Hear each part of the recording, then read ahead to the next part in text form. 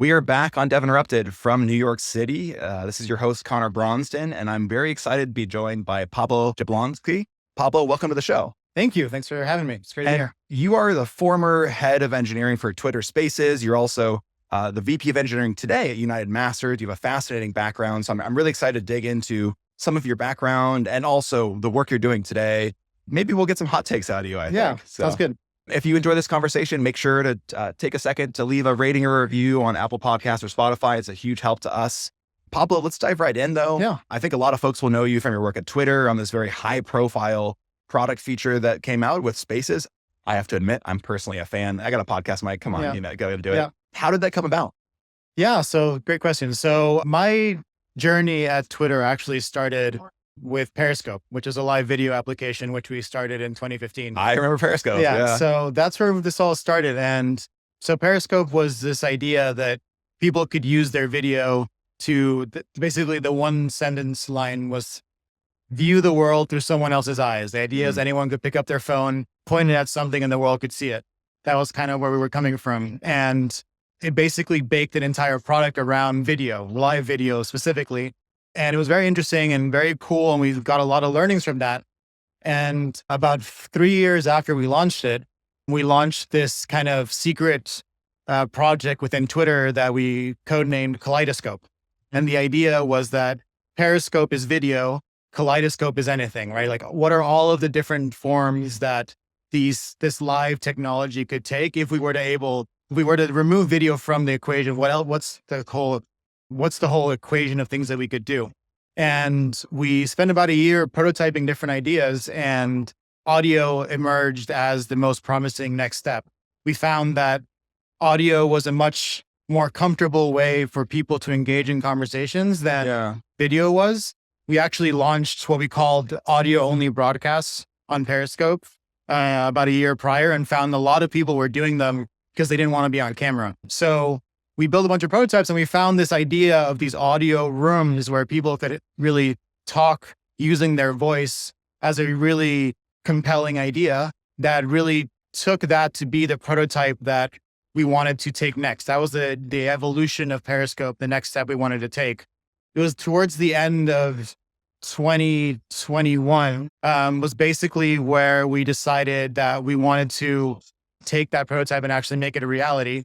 And we built Spaces. We took about 4 months at Twitter to take that prototype to a beta stage and actually launch it to the whole user base at Twitter. And actually, really had a really successful product there. We had a lot of really interesting use cases and a lot of really amazing interactions that we found from different people to use the product. And it really sort of proved to be a new way for Twitter users to talk to each other, which is really the point of Twitter to begin with, was for people to talk to each other. It's a really interesting strategic case study that a lot of folks have talked about because obviously, Clubhouse came out and we're trying to do the same thing that you've been working on. And I think Twitter realized, hey, look, like we've been working on this for a while. We have better distribution, better network set up. Let's finish this thing up and get it live. And to do that, you had to cut through a lot of red tape that I think traditionally Twitter has struggled with, which is shipping features in a timely manner. How did you do that within Twitter's culture and what did you learn from it? Yeah, so that's a great question. So that's really what I'm here at Lead Dev to talk about. That's kind of what I want to share some of the learnings that we got from that. But essentially, it took getting a group of people together who were actually passionate about adding the human voice to the conversation, which is really what our mission was.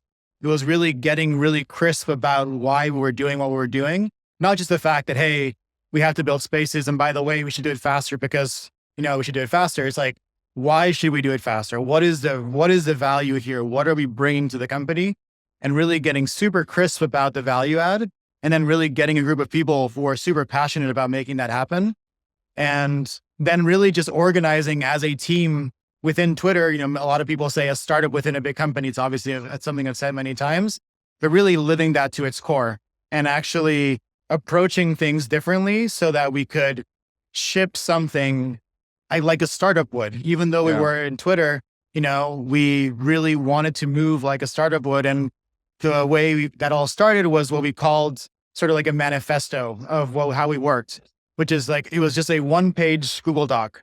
It was called How We Collaborate. That's all it was 10 rules. Interesting. It was 10 rules about how we were going to work together, how we were going to collaborate, and how we were just going to operate. And those 10 rules really served as the backbone that allowed us to move in a much faster way than other teams at Twitter were able to, for the specific purpose of what we're trying to achieve, right? Like, obviously you move faster and there are ramifications to that, right? There are situations where that may not be the best idea, but given what we were trying to accomplish, that was what we were trying to do. And these rules really allowed us to operate in the way that we had to achieve our goal, which is really to get something to the world we gave ourselves a quarter. It took us 4 months, but I still think it's pretty good in terms of what we were able to accomplish within Absolutely. Twitter What world. were those 10 rules for communication?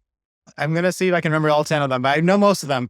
So one of them, which was very controversial at times within Twitter, which is kind of obvious if you're in a startup, which was, we are self-reliant.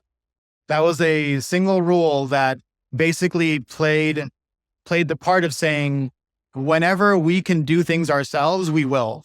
And at Twitter, there was basically the idea that, Twitter has spent a decade building different teams of people who are able to accomplish different sets of things. And the expectation is that you sort of work with those teams of people to accomplish those things, because it creates a better sense of just like overall unity, and also just being able to like have the code base, follow a more defined pattern, right? But for every group that you work with, it's another group you have to communicate with. It's another set of dependencies you have to operate it within. And it also means that if something breaks, it's another set of people who have to then understand how to fix that thing that went broken. Right. We took the more sort of radical approach of saying, if we can do it ourselves, we will, which means we actually maybe didn't employ some of the different functionality or team usages that other teams at Twitter might have provided for us, but it allowed us to really internalize the knowledge of what we were building. It allowed us to move faster from a dependency perspective. And when we launched quickly and we had bugs as we expected to have them, our team knew how to fix them. We knew what we were doing. We knew how to fix them because it was our code. So that was one that was kind of controversial at times, because there were definitely teams at Twitter that thought we should have taken more advantage of what Twitter might have already built. But that was one that was kind of necessary for us to move at the pace that we did. I'd say that was the most controversial of all of them. The other ones are pretty non-controversial, but important. Another one that we talked about a lot was the idea that collaboration is key. Collaboration, cross functions, collaboration between engineering, product, design, research, that is absolutely key to a successful product. However, we also need to recognize that it will be impossible to always reach consensus, right? We have the idea of collaboration is key, consensus is not. We have to go into it understanding that we will not always agree across all the functions about what we should do, and that's okay. We have to time box ideas, we have to time box decisions, we have a conversation, and then we have to make a decision and we have to move forward. So we had a very hard rule that every decision has one approver. That's like, there's one person who makes the call, and that person is always the subject matter expert, right? If it's a product decision, the PM is the final approver. If it's an engineering decision, the engineer has the final decision. And if we had that rule up front, it allowed for this cross-functional collaboration, but we all had an agreement. Hey, the product person might disagree with the engineering decision, but it's an engineering decision. So the engineer has the final call. We're good with that. And we're moving forward. And that really allowed us to move a lot faster and allowed us to move at a pace that we weren't like spending weeks discussing the same thing over and over and over again, which is something that you would see quite a lot at Twitter, because there were so many groups and so many different stakeholders that these conversations could go on for weeks. And that was something that we knew we had to get ahead of. We really wanted to get this out on time. So that's another really big one. Another one that we had that was also very important, and this is actually the number one rule, was the first one. Yeah. The first rule was take care of yourself first. It was us acknowledging that we were going to be asking a group of people to work very hard for a period of time to get something out. If people didn't take care of themselves first, things would fall apart. I feel like that has sometimes been ignored in Twitter's recent history. Yes. Yes, take care of yourself first is not the primary mantra at Twitter right now. Yeah. That is correct. But it was one that was really important for us because we were asking people to spend, hours and working nights and sometimes weekends, but it was within limits. It was saying, hey, we're going to ask you to work really hard, but if you need time to yourself, go take it. Right. And as leaders, that was super important. I had to also show, like, we're in the middle of this 3-month push. I'm going to go take a week off because I'm burnt out. And I'm going to show you that I take a week off. I'm going to sign off from Slack. You're modeling the behavior. Yeah, I'm going to sign off from Slack. You're not going to see me online.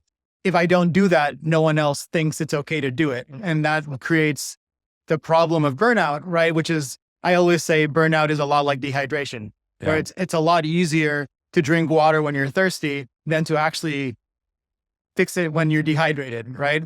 Burnout is very similar. Like if someone is stressed and tired, them taking a day or two off then is a lot better than they actually burn out. And then they got to take a month off because they need to reset. So that's where we're coming from. Giving people time along the way is a much more sustainable solution than working them till they're completely gone and then having to get them back. Maybe, that's something that we really wanted to model. I have to admit, I struggle with one of those behaviors you mentioned. So I agree with you, like modeling these behaviors is really important, but you mentioned logging off Slack and actually being off. I find that really challenging sometimes. Yeah. And it's something I struggle with my team where I know I'm modeling that wrong behavior when I'm on time off because I'm so invested and interested and I have to really like fight with myself to do that. And I'll shout out my producers here. Thank you for reminding me when I need to do that sometimes. Are there behaviors that you felt like were super impactful as part of this Twitter Spaces initiative that you've now brought to your work at United Masters? Absolutely. I think modeling again, the fact that it's okay to work hard and it's also okay to take time is really important. This is maybe something that's controversial from my perspective, but I know the unlimited time off gets a lot of hate online. Twitter had that. United Masters had that. I'm actually not against unlimited time off because I believe in people taking it when they need it.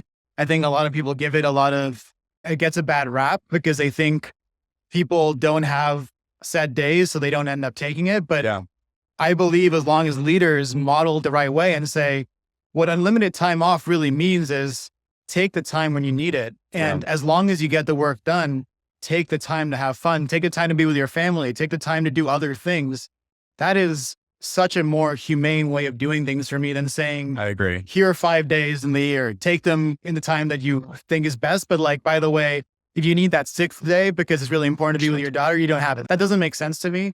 So that's something that we have at United Masters as well. And I tried to recognize that it might have a bad rap and really push the teams to really take it for what it is, which is really, this is the flexibility that we're giving you to take the time you need to be the best version of yourself at work and outside of work. What do you think about required minimums as part of this? Saying, hey, we're going to give you unlimited time off, but we require you to take X number of days per year. Yeah, that's totally fine. I think if a company wants to have that to make sure that's being applied across the board, that's totally fine. I think as leaders, we should have that for ourselves. Like on Spaces, for example, it took us 4 months, like I said, to go from like a beta to a full launch. We worked really hard. At the end of those 4 months, as the leader, I told everyone it's a week off. Like literally, I told the entire team, like, you did this, we made it, we're celebrating. It's a week off for everyone. I'm sure we'll have an incident when we get back to evaluate. Exactly. Something will have gone wrong, but like we need to take a second. We're taking a week off, both because I knew the team needed it, but also because I knew launching something isn't the finish line. That's just really the beginning. And there was going to be a lot to come and we needed to like have that. So if you don't have leaders who think about this and make sure that their teams are taking really the minimum required to succeed and to be successful, sure, a minimum at a company level to sort of enforce that is not a bad idea. But again, I think it's more on the leaders themselves to like understand what the team needs and make sure that you're really modeling the right behavior there and getting people to really understand that even though work may ask a lot, it's really just part of your life and you need to make time for the rest. I'm curious, as a former Twitter employee, someone who led teams there on crucial projects, what's your viewpoint on where the company is today as we're recording this in March of 2023? Yeah. I mean, it's no secret that there's a lot of turmoil happening there. It's not the easiest topic because I was at Twitter for 7 years. You don't stay somewhere for 7 years unless you really enjoy it and there's a reason to stay there. I interviewed probably 200 people while I was a leader at Twitter. And the question I got the most often is, hey, well, why are you still there? Like, you've been there for a while. Why are you still there? And every single time it was because the people here are amazing and because we're united on a single mission. And that mission was to elevate the public conversation. That was always my answer. And it's been sad to see what has happened there, where a lot of people who really modeled that and really internalized that being their passion have had to go through some really hard times because of how the company has gone through things, because of the changes in the way that the leadership is going there. I just know firsthand how incredible the Twitter people are. And it's been very unfortunate from my perspective to see the type of rap that some of them are getting online and just in general, or just what they're having to live through to kind of uphold their real beliefs, which is building a product that unites public conversation, is a public good that is necessary for the world, right? And the new leadership group kind of expresses that also in words.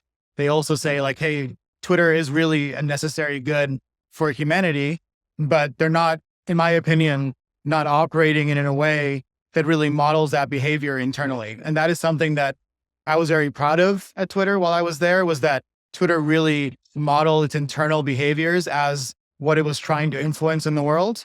And I think that has been disjointed now. It's challenging because I think most people can agree, particularly in the engineering world, Twitter had some flaws, right? And still does, where Totally. features weren't typically shipping fast enough. Yes. I mean, to give the example of Spaces, it took you kind of getting outside of the typical Twitter model to find the right mix of bringing that culture in, bringing that mission orientation, and then also delivering this fantastic additional feature that's been very successful. Yeah. And there are various problems around shipping and other things in the org, I'm sure, as well. But it does feel like the new leadership there has, at least from my perspective, gone too far in trying to flip that, where they've lost some of the DNA of what made Twitter special and important, and frankly, reduced reliability on the surface substantially. Yeah. Like, Correct. I may not be the only user feeling this, but the site is buggier than it was 6 months ago.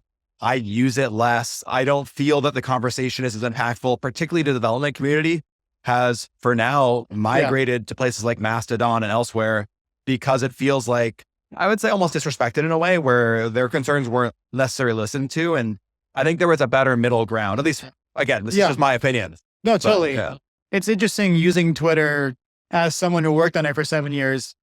It's very easy to see where the pieces are falling apart. It's very easy as a developer to realize, oh, this is cracking. Like, I think maybe most users may not realize the little things, but the little things are there. And really, you are absolutely correct that one of the biggest flaws of Twitter was the ability to innovate and move quickly. The reason that Twitter, in my opinion, really struggled with moving quickly was because it was a company really made up of people who really cared. And it was a lot of people who had a lot of strong opinions about what Twitter should be and really cared about those things. And those conversations, which are good ones to have, sometimes just really bubbled and took too long because there were so many people in the room who had very strong opinions about what Twitter should be. And that was always about how Twitter could do better. And you have to remember that Twitter has a direct effect to many people's real lives, right? So absolutely. And especially you would see this with the people who had been at Twitter for, decades, or not decades, but at least a decade. There were people who had sort of lived through some very hard times at Twitter and some moments like the famous fail whale, or this famous times that Twitter wasn't doing well. And over time, these battle scars at Twitter had sort of grown into this set of rules, which is like, oh, this thing happened in 2015 and it was horrible, so we can never let it happen again. So here's a bunch of stuff that we're going to scar tissue kind of calcify. Right, exactly. Yeah. Here's a bunch of rules and processes that we're going to put in place so that thing that happened in 2015 never happens again. Now you multiply that by 100 things that happened over the course of 10 years, and it's all well-intentioned. It's well-intentioned rules that are meant to prevent catastrophic failures, so to speak. But at the end of the day, if you go too much in the side of we can't let these failures happen on Twitter because it affects the world, you just can't do anything, because anything you try and do, if you want to move quickly, you're going to break things. And that was something we believed at Spaces was, we're going to break things. We're going to do this. It's going to break. We're going to have failures, and we're going to be okay with that. And we're going to fix it. And we're going to build in public. So when we make mistakes, we're going to own up to them. It was difficult for the Twitter company to accept that, because they had seen sort of like, oh, but when it failed 5-6 years ago, it was really bad. So we can't let that happen. And I think that's really, it all came from a good place. It came from the place of not letting down our users. And I think the new leadership now, it's like, screw that. It doesn't matter. Let's just break everything and let's go fast, which is in some ways not a terrible mindset, but the way they're approaching it is, I think, not the best. It's going to be really interesting to see what happens there long term. It may prove out that despite all the turmoil and challenges, they needed to kind of break the culture there in order to get back to like a very product innovation mindset, and they'll rebuild it and they'll have success. And I mean, that's obviously the bet that Elon and the rest of that ownership group is making, but it's going to be a huge challenge. It'll be very interesting to watch. And I know for all the tweets out there, it's a challenging thing to kind of go through, because of so much of your work life has been kind of engaged with that company and the mission of it. Yeah. And I also know that same mission is part of what has driven you to United Masters and is leading your work today. And I'd love to get into that. Yeah. I know that creators are very important to you. It's why you love this work on Spaces so much. Tell me about United Masters. For the folks in the audience who don't know, what is it? Yeah, absolutely. So United Masters is a music-based startup which is trying to build technology to serve all of the independent musicians and artists in the world. The basic premise of the company is that the world has changed and that artists no longer need record label deals to be successful. And we've seen this proven time and time again. A lot of the most successful artists these days are independent. And we recognize that artists will tend to sign record label deals because they get certain services from labels. They get access to promotional tools and marketing and help with your touring and helping all these different things. But really, technology has come to a place where a lot of those tools can be automated, and we can really provide a lot of direction and support and education to artists that really want to own their own future and own their own art and be successful as they ever want to be while being independent. That's really what United Masters is. United Masters is as we like to say, a record label in your pocket. It's an app that can really provide everything a record label can for artists while still giving you full control over your music, over your future and your masters. That's really the premise of what we're building. And it's a really fun place to be. I had a really good time being there. I'm going to put our audio engineer, Jackson, on the spot a little here, because I can see him nodding along behind you. He's a producer himself who creates some fantastic electronic music. And I know he's very passionate about this topic of independent production for music and distribution. And to your point, like technology has really enabled that, but record labels are not ready to give up that control. So I love to see this disruption happening in the industry. How big is United Masters now? I know you're a startup. Like what kind of stage are you at? So we're a Series C, so we're pretty large. To give an idea of scale, the full engineering team at United Masters is about 50 people now, which is about the same size of what Spaces was as a team. So we have about 50 engineers on the team, and there's about 300 people at the company as a whole. And we're playing a part in this really disruption of technology and music, where nowadays anybody can really be a musician, right? Like that, the trend we're seeing is that you don't need to go and buy the $1,000 synthesizer and spend 2 years learning how to play the piano and all of these different things to make music. Music really is it's as unlimited as the creativity allows. And people have all of these amazing tools nowadays to create music, to learn quickly different instruments, to really play around with things.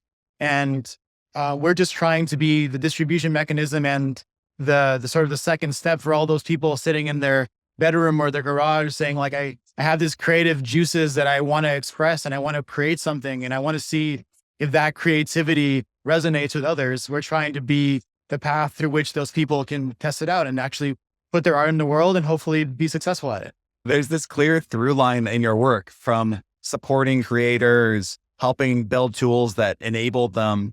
And I see why that transition was so clear for you to United Masters. What have you taken from your past at Twitter as far as a leadership and skill set that you're applying now to the engineering team and product at United Masters? Yeah. I think first and foremost, the thing that I've not only taken from Twitter to United Masters, but just have always believed my entire time as an engineering leader is that you can't build effective teams if the mission statement is the technology. The mission statement has to be the people that we're serving and the customer problem that we're solving. That has to be where you start.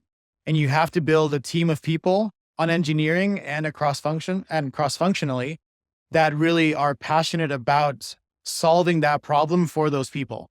That has to be where we start. And the good news is that on United Masters, that customer that we're solving the problem for is really freaking cool. Like it's kids who are in their basement making music. That's an amazing customer to get really passionate about, rather than, it's not to throw shade at any other companies, but like the example I like to give is like, our customer isn't the person who is trying to get their lunch 10 minutes sooner than another company might do it. We're not trying to like solve delivery for food in a faster way, which is totally an interesting problem. Helpful. It's helpful. And it's a very interesting problem, right? It's a very interesting computational problem. But it's not, I hear the passion though from you about the problem you're trying to solve. Exactly. Our problem is really, how can we make it such that these creative people in the world can quit their day job and make enough money from their art so that is what they focus on and that is what they make a living off of. That's an extremely powerful problem to be a part of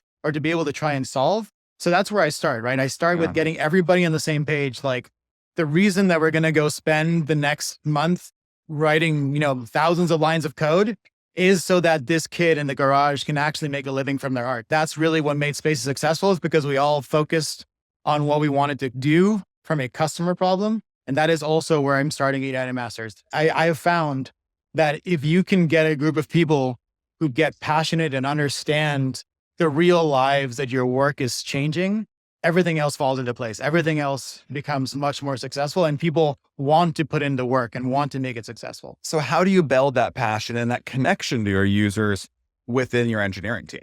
So there's a few ways to do that. So one thing that I always, and you were going back to the rules from Spaces. Another one that we had was, we are users of our own products. That was one of our rules.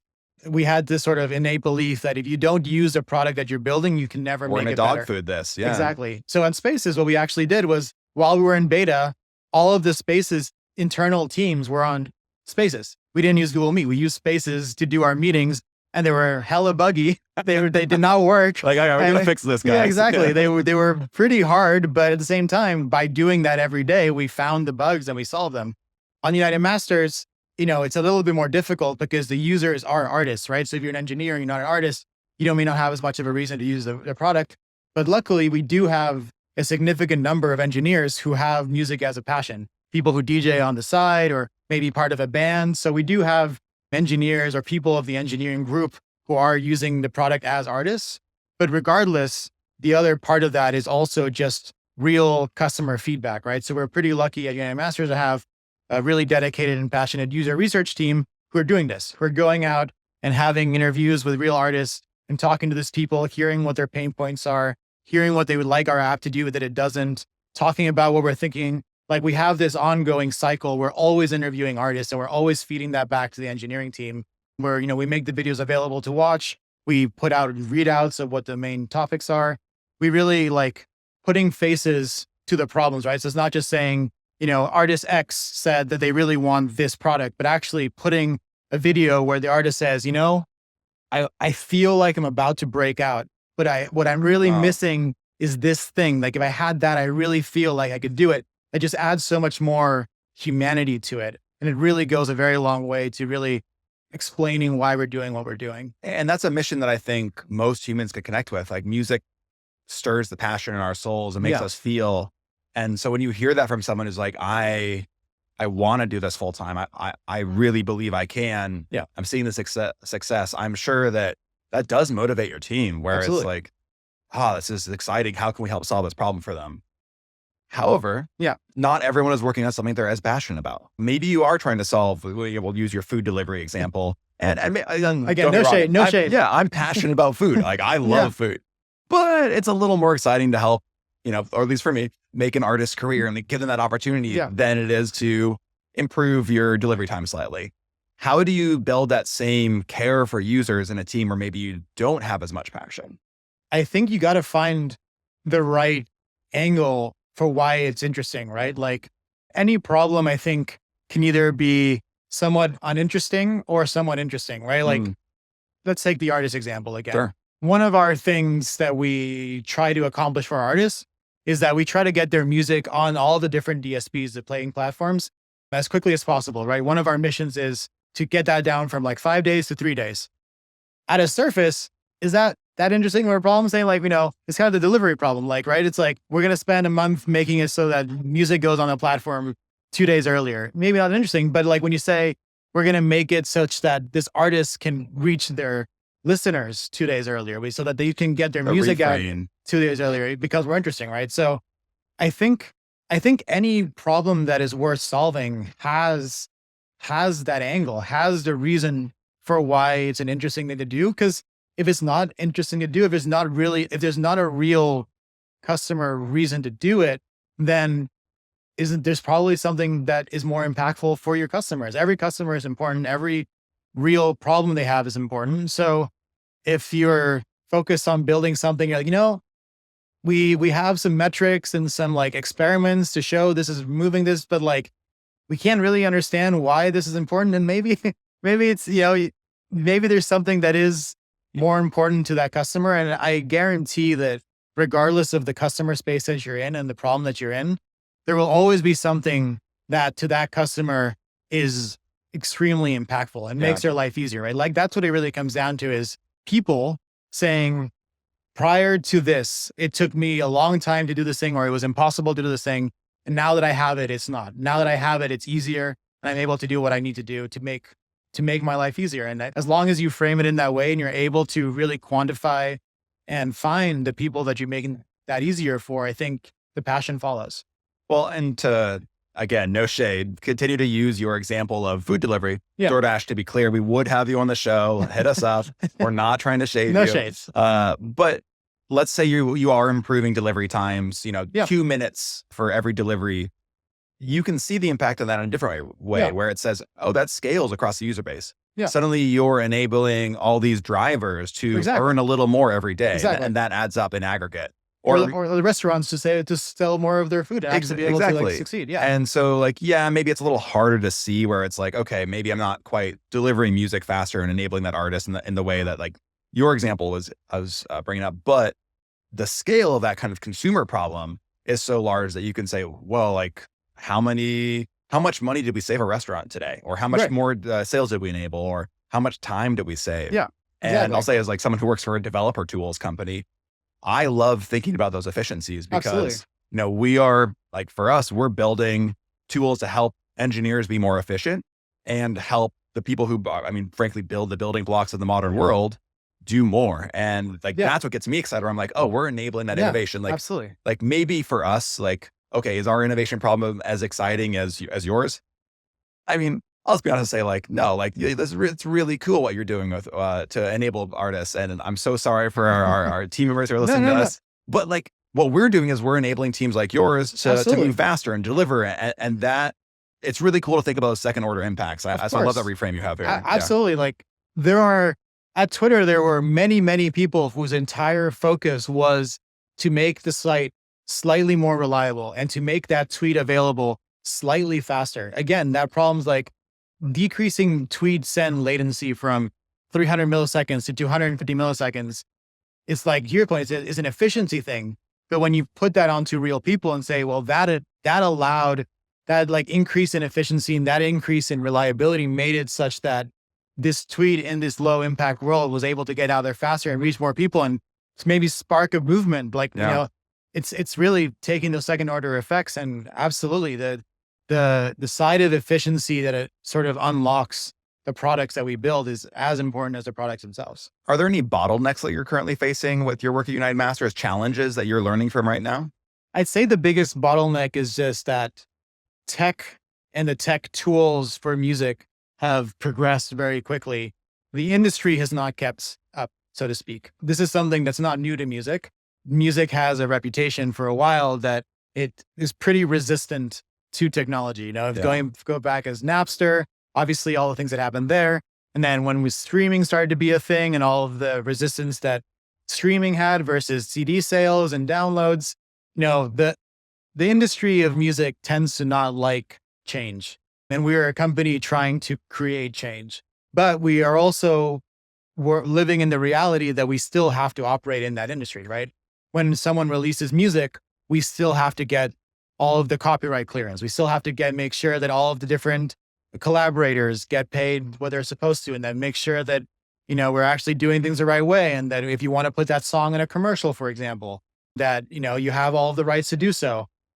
The mechanisms around that are very antiquated and very resistant to making them less antiquated. So we're having to be really creative there about how do we build something that really takes all of the benefits of automation and technology for artists while still not going so far off that they can't operate within the industry that they need to. That's really one of the biggest sort of challenges that we're having to work with. Where do you see the industry, particularly the music industry and the record industry, going in the next several years as technology does start to make an impact on it? I think it's 100% going toward independence. I think we see this almost, I think we're very close to a point in time where over 50% of the revenue created in the music industry is going to go to the independent artists. That's a huge shift, right? If you go back 10 years ago, it was nowhere close to that. I think the reality is that the word is out that independence is not a limiting factor in any way to your ability to succeed and, make money as an artist. And as that word continues to get out and people continue to realize like, oh, there's really no reason for me to give up all of this rights and all of this royalties to the label industry because there are new ways to do that, the labels will have to adapt. If they don't adapt, then they will lose their business, right? So at a certain point in time, they're going to have to accept that. And I think you've already started to see that where labels, the major labels have bought more and more of these indie labels because they're recognizing the indie labels are bringing in this real value. So I think as we move more in that direction, we're going to see a general change in the industry where because artists know they have other options, the industry is going to have to adapt to that, or they're not going to, they're not going to be able to adapt to what the artists are really looking for and knowing that they can get. So we're trying to be at the forefront of that. We're trying to be a force for change that makes that happen sooner because we think the sooner it happens, the better it is for the artists. But I do see that trend happening, and I don't think there's really any reversing it. I think that's the direction we're going in. I think it's exciting because it also fits into that broader trend of supporting digital creators and the opportunities they have to change the world and create beautiful art and help us consume information in different ways. So it's really interesting to see how you're shaping that today. And thank you so much for coming on the show, Pablo. It's been really enjoyable to talk about with. Yeah, no, this has been great. Thank you for having me. It's been great to talk about all this stuff. And it's been a fun to be in your dome. It's a bit of a time capsule. I really enjoy it. For folks listening, make sure if you're an independent artist, you check out United Masters, a great place to learn a little more about how to approach the industry. Really cool tool. And if you enjoyed this show, check out our Substack. We love having you there. You can get these episodes every week. Thanks again for coming on, Pablo. Thank you.